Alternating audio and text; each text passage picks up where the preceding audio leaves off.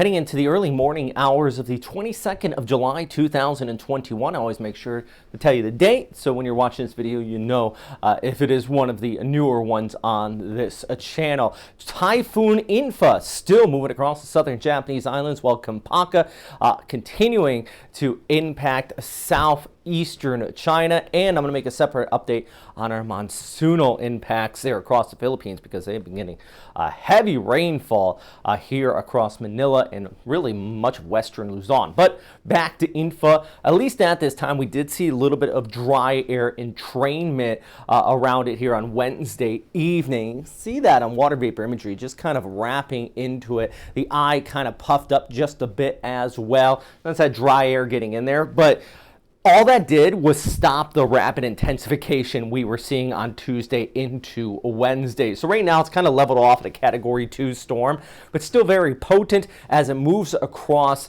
Miyako Jima and over towards Ishigaki Jima as well, with still rain bands pushing in across Okinawa. So they're continuing to see tropical storm strength conditions, despite the fact this is upwards about 300 miles away from Okinawa Honto.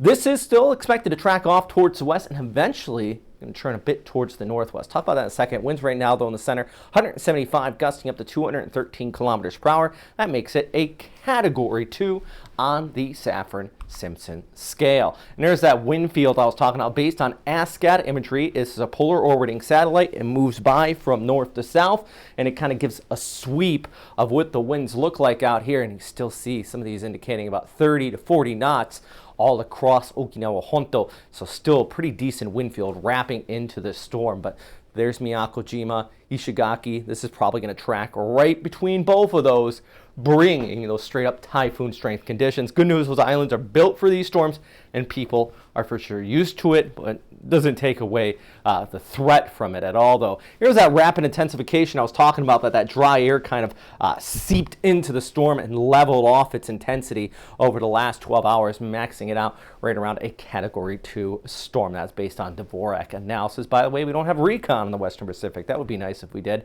All right, so where's it going next? Well, I want to show you this. This is the overall background flow.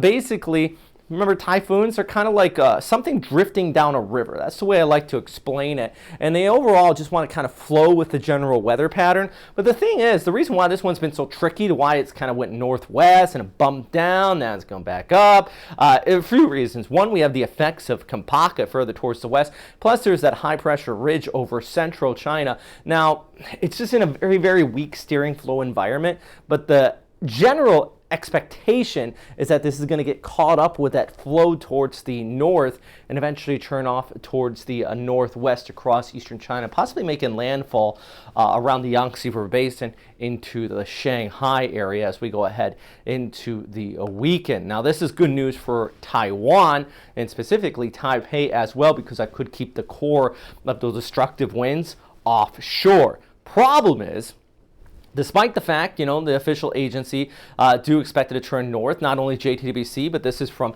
JMA, JTWC, Bagasa, HKO, and Taiwan's Weather Bureau, that's the CWB. Yeah, if you're new to the Western Pacific, a lot of weather agencies out here. JMA is the official one, but everybody uses their own. It really is semantics.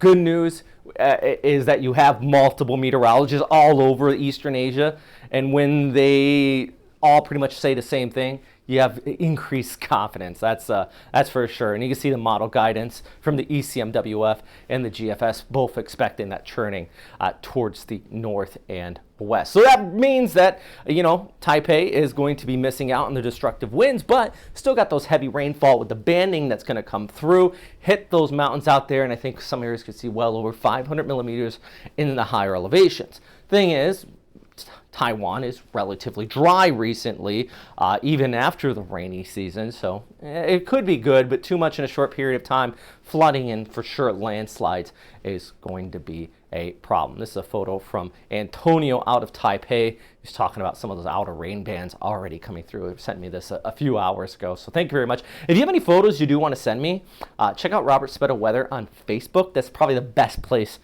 you can reach me at with those images. So for now, though, we're still tracking this storm system. Eventually could impact the Yangtze River Basin and eastern China, and also over towards northern Taiwan, and still seeing the influence across the southern Japanese islands. Not to mention the inflow that is coming in across the Philippines, bringing the heavy rainfall there. Meanwhile, Kempaka is still out there. I'm not talking too much about it. It has brought some serious conditions across Guangdong province just because of how long it sat there along the coast. Then it's going to move out into the Gulf of Tonkin. Could see it re-intensify, but right now it kind of, not to sound too technical, it kind of poofed out, right, over the last 24 hours, now down to a tropical depression.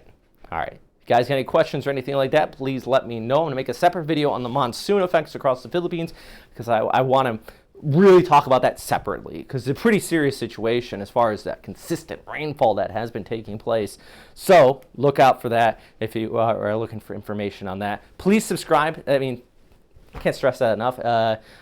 It feeds the algorithm and it helps to get this video out more, and maybe it might help somebody out. I don't know. Check out our Patreon as well. Put a link for that down below. I always say that, but I truly, if you just want to check it out, that'd be great. I really appreciate that, and follow me on these social media platforms. Stay safe out there, and as always, thanks for watching.